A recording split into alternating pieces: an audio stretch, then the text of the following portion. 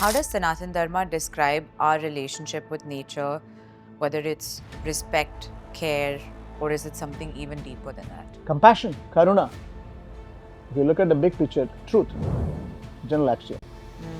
Ahimsa should protect the living good, irrespective of the form.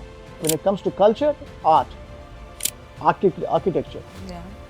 music, dance, to make sure you have a comfortable living. What does Sanatana Dharma say about personal responsibility when it comes to the planet and others? You know, every walk of life, you have to protect the nature. So the 5 powers, you start working at it. Switch off the lights when you don't require. Save the energy. Yeah. Back to basics. Save the water, whichever way you can. Bring up the air quality. Ensure you bring in plants to create more carbon neutral society. Yeah. You produce oxygen to ensure reduce the carbon emission.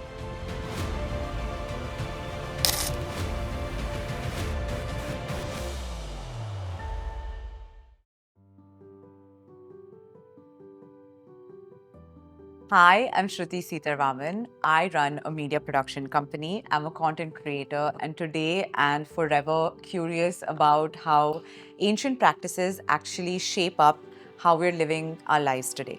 So, welcome to the Green Generation podcast. This is a podcast where timeless wisdom meets today's climate conversation. And today with me, I have Dr. Seetharaman, who's joining us. Also, just to add to what you said, I think another one practice that I think everyone should really adopt is trying and reusing and repurposing the clothes, because we live in a world where fast fashion is so. I mean, I also am a victim of fast fashion, but we also live in a world where we should be okay and comfortable with rented clothes for events, for example, or reusing clothes is just a suggestion. I've become more comfortable with, repurposing my clothes in different ways and forms. So that's also another practice that I think that can definitely help. Another question I want to ask you is, Sanatana Dharma respects all paths and people, but how does that approach apply to how we treat nature? So, take any goal. Nature, if you look at 5 powers as I mentioned, water. You have to create clean water, recycle. Now, salt water is getting recycled. Water pollution, plastic pollution is common. Even within you scan the water quality, it's contaminated. Now, reuse this water and eliminate the waste and make it more drinkable is possible. The technology is providing. So modernization is useful to mitigate the risk in the current generation. So essentially we are going back to water, clean air. You can capture the carbon, Right. and make it more fuels. We have seen it can be converted even as a biofuel. And you can fly jets. So more and more, the aviation industries are modernizing in terms of natural gas or other options, including solar or private jets. They're using it. When it comes to earth, absolutely it's an opportunity. Conserving the soil is ultimate. We cannot have degeneration. Solar is a big story again. If you look at it, world over, it's a huge business. Capturing the nature, ensuring you create enough support systems. You need solar batteries to support. So modernization plays a big role in our daily walk of life, and getting back to the nature is what everyone is experimenting with. Yeah. The way ahead is beautiful, and planet Earth will have enduring commitments for greater prosperity for those who are synchronizing in terms of business model and creating value chain. Okay, so the bigger question is, can people of different cultures or all cultures sort of understand Sanatana Dharma in the way of sustainability that we want to correlate it? That is the purpose of Sanatana Dharma. Yeah. Diversity and inclusion. It believes in every faith. It gives social justice, religious freedom, harmony, respect to every living hood. respect to every, walk of life. So there is no fixed rule. There is no supremacy here. So the diversity and inclusion, whether it is gender equality or reducing the income inequality, which we call it as today's context, was in existence. Yeah. Your job could be different, but it was misinterpreted on the way of execution. There's no caste or creed or religion focused on Sanatana Dharma. It's synchronization. Yerkai Varkai. Living with nature is ultimate. It's a philosophy that becomes a way of life. So it's a very profound, inclusive society to be selfless, to make sure you create better planet, constantly engaging in synchronization with the nature. Beautiful. Absolutely. So now talking about lifestyle and circular thinking, how does Sanatana Dharma describe our relationship with nature, whether it's respect, care, or is it something even deeper than that? Compassion, Karuna. If you look at the big picture, truth, general axiom. Ahimsa, so protect the living hood, irrespective of the form. It could be fish, it could be. That's why it advocates for vegetarianism. Yeah. Right? Now, there's nothing wrong in your individual diet prescriptions which you deem fit, but everything is there in the nature. If you live in nature, there were no disease, there were no measurable specifics for the practices. You have to refine yourself. Purity comes in practice. Yeah. So it is a question of refining your way of life every day. Every day invent yourself with a refined culture and make sure you have value-driven practice. That's where when it comes to culture, art, architecture, Yeah. music, dance, to make sure you have a comfortable living. You admire the skill development. Now in today's context, you have to upskill yourself, reskill yourself every time with modernization. That's also an opportunity again. That was there in our wisdom. Interesting, very interesting. I didn't think upskilling, reskilling were things. Universal education, we talked about it. Gender equality, we talked about it. And when it's skill development, lifelong learning. Every profession today, you have continuous education is constant. So it's not a one-time exercise.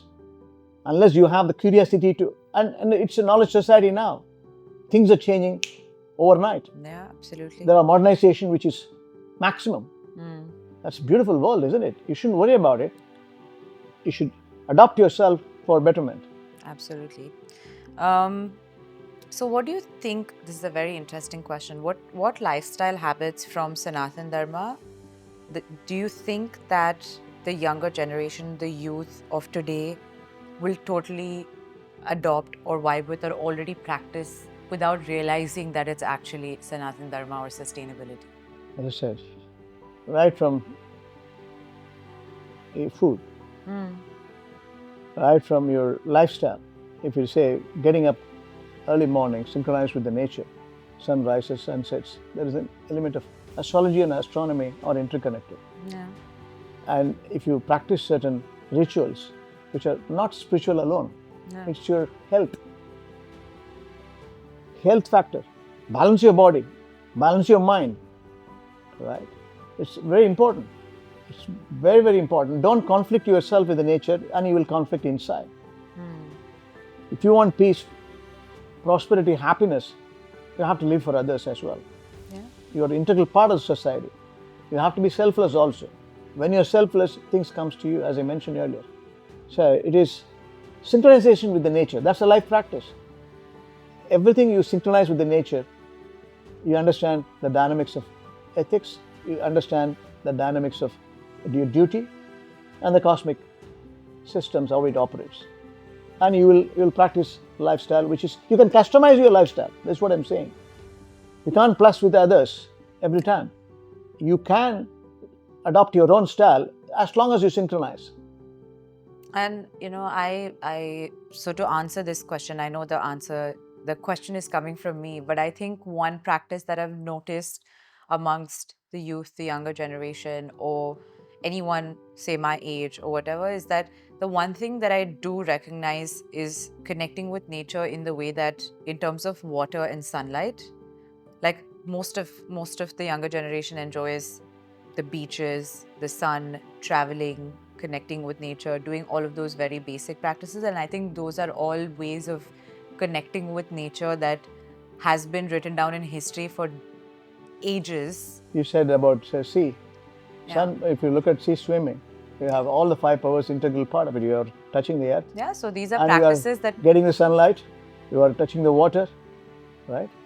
absolutely. So these are all practices that The we sky is already there. follow.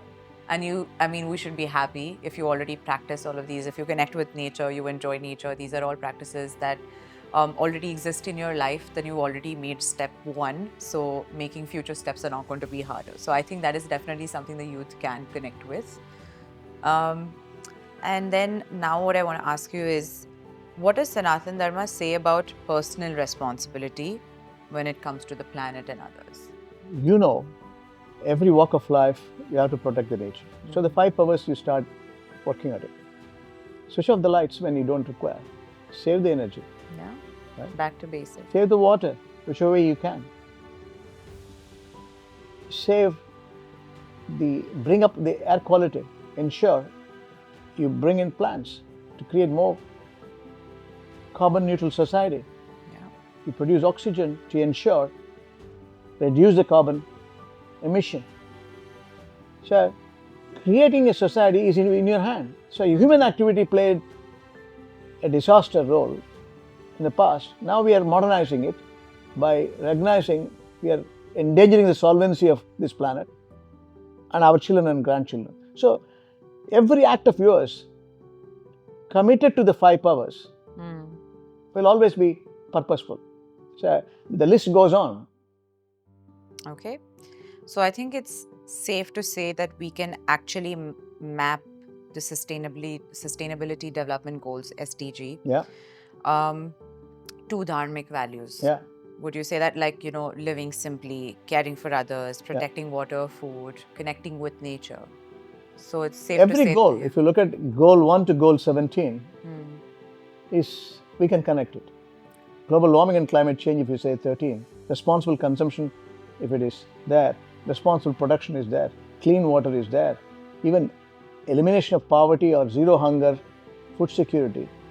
These are all in soil. Soil protection comes in. So air pollution is industrialized world we are in. We have created enough discomfort for ourselves. Now, that's why it's important. It becomes social justice now. Global warming and climate change, creating an ecosystem for intergenerational commitment is not an option. The world powers have understood. Some are recognizing this, some are not. That's a challenge. Now, if you look at the big picture, social equity. I inherited this world and I have no right to squander it and go away if I recognize it's not permanent for me. So protect these values. I can link every goal with Sanatana Dharma. It is there. Righteousness is there everywhere. Compassion is there everywhere. Right?